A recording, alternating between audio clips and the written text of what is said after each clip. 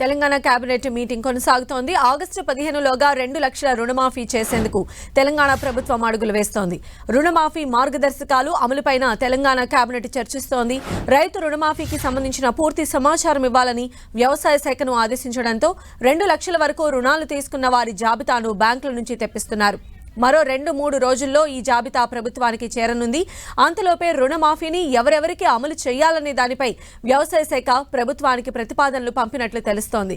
రాష్ట్రంలో 2 లక్షల లోపు రుణాలు పొందిన వారు దాదాపు 65 లక్షల మంది ఉంటారని అధికారులు అంచనా వేస్తున్నారు.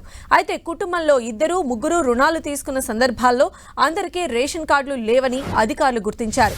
కేవలం కుటుంబ పెద్దకు మాత్రమే రేషన్ కార్డు ఉండడంతో రేషన్ కార్డు నిబంధన పెడితే కుటుంబంలో ఒకరికి మాత్రమే రుణమాఫీ వస్తుందని వ్యవసాయ శాఖ ప్రతిపాదించినట్లు సమాచారం.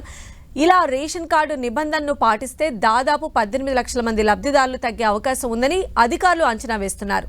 ఆదాయ పన్ను చెల్లిస్తున్న వారు, ప్రభుత్వ ఉద్యోగులు, ఎంపీ, ఎమ్మెల్యేలు, ఎమ్మెల్సీలు, మాజీ ప్రజాప్రతినిధులను మినహాయిస్తే మరో 2 లక్షల మంది లబ్ధిదారులు తగ్గుతారని ప్రభుత్వం భావిస్తోంది.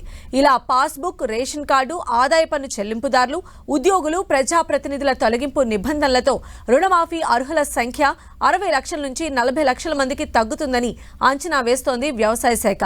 ఇవాళ కేబినెట్ సమావేశం ముగిశాక ఎంతమందికి రుణమాఫీ అమలవుతుందన్న దానిపైన కట్ ఆఫ్ డేట్ పైన కూడా స్పష్టత రానుంది.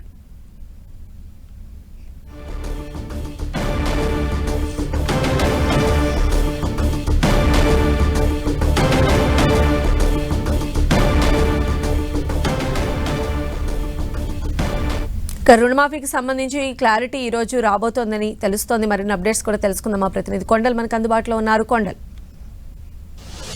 ఈరోజు కేబినెట్ అంతా రుణమాఫీ ఫోకస్ ఉందని చెప్పుకోవచ్చు. ఎందుకంటే రుణమాఫీని అమలు చేయాలనేది ప్రభుత్వం లక్ష్యంగా పెట్టుకుంది. అందులో కూడా 15 ఆగస్టు లోపు అమలు చేయాలని ఒక కట్ ఆఫ్ డేట్ కూడా పెట్టుకున్న నేపథ్యంలో దీనికి సంబంధించి ఈరోజు ప్రధానంగా విధి విధానాలపైన కేబినెట్లో చర్చ జరుగుతుంది. ఈ విధి విధానాల్లో ఫైనల్ చేసే అవకాశం కూడా ఉంది. ప్రధానంగా రాష్ట్రంలో ఇప్పుడు రాష్ట్ర వ్యాప్తంగా 65 లక్షల మంది, దాదాపు 65 లక్షల మంది రైతులు ఉన్నారు. ఎందుకంటే గత ప్రభుత్వం నుంచి కూడా రైతు బంధు అమలవుతున్న నేపథ్యంలో 65 లక్షల మంది రైతులు ఉన్నారు. అయితే ఈ 65 లక్షల మంది రైతుల్లో ఎంతమంది రైతులు రుణమాఫీ తీసుకున్నారన్నది, రుణం తీసుకున్నారన్నది ఇప్పటికే వ్యవసాయ శాఖ లెక్కలను తీసింది. దీంట్లో భాగంగా ఉన్నవారికి, నిజమైన రైతులకు రుణమాఫీ చేయాలన్నదే సంకల్పంగా ప్రభుత్వం పెట్టుకుంది. దానిలో భాగంగానే కొంత దీంట్లో మార్పులు, చేర్పులు, కొద్ది పకడ్బందీ మార్గదర్శకాలు కూడా నిర్దేశించేందుకు ఈ కేబినెట్లో చర్చ జరుగుతుంది. దీంట్లో భాగంగా ప్రధానంగా ఐటీ రిటర్న్స్, ఇప్పటికీ కేంద్ర ప్రభుత్వం అమలు చేస్తున్న PM కిసాన్ యోజన స్కీము అమలవుతుంది దేశవ్యాప్తంగా. దాంట్లో భాగంగా అక్కడ ఏ గైడ్లైన్స్ ఉన్నదో అదే గైడ్లైన్స్ను ఇక్కడ అమలు చేస్తే ఎలా ఉంటుందన్న దానిపై కూడా కేబినెట్లో చర్చ జరుగుతుంది. ఒకవేళ అదే జరిగినట్టయితే ఐటీ రిటర్న్స్ ఎవరైతే చెల్లిస్తున్న వాళ్ళు ఉన్నారో వాళ్లకు రైతు రుణమాఫీ నుంచి పక్కకు తప్పించాల్సి ఉంటుంది. దీంతోపాటు ప్రస్తుతం రాష్ట్రంలో ఎమ్మెల్యేలు అనుకోండి, మంత్రులే అనుకోండి, ఎంపీలు, ఎమ్మెల్సీలు, వీళ్ళందరూ కూడా జడిపించారు. వీళ్ళందరూ కూడా రైతు రుణమాఫీ అన్నది, రైతు బంధు, రైతు భరోసా, ఈ స్కీమ్లో వీళ్ళందరూ కూడా ఉన్నారు. అయితే వీళ్ళను కూడా దీంట్లోకి వెళ్ళి తప్పించాలన్నది ప్రభుత్వంపై ఇప్పటికే డిమాండ్ ఉన్న నేపథ్యంలో ఖచ్చితంగా నిజమైన రైతుల నుంచి ప్రధానమైన డిమాండ్గా ఉంది. వాళ్ళు పెద్దవాళ్ళందరూ కూడా దీంట్లో తప్పియాలి, రైతులకు న్యాయం జరగాలన్న వాదన ఉంది. కాబట్టి వీళ్ళను కూడా దీంట్లో నుంచి తప్పిస్తే ఎలా ఉంటుందన్న ఒక ఆలోచన, ప్రతిపాదన ప్రభుత్వం ఉంది. దానిపై కూడా ఈరోజు ఒక స్పష్టత రాబోతుంది. దీనిలో భాగంగా రాష్ట్ర ప్రభుత్వానికి, కేంద్ర ప్రభుత్వం సంబంధించిన ఉద్యోగులు కూడా ఉన్నారు. వీళ్ళకు కూడా రైతు బంధు కానీ, రైతు రుణ భరోసానే కానీ రైతు రుణమాఫీ అమలు చేయకూడదన్న ఒక నిర్ణయంతో ఉన్నట్టుగా కనిపిస్తుంది.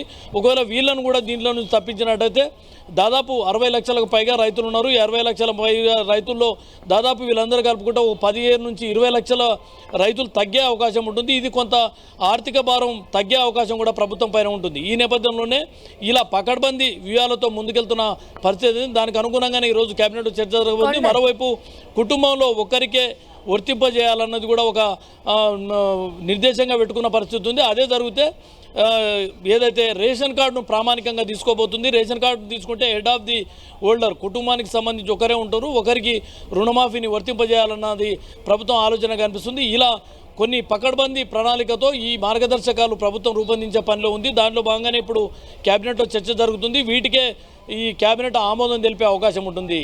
సంధ్య. Okay, right Kondal.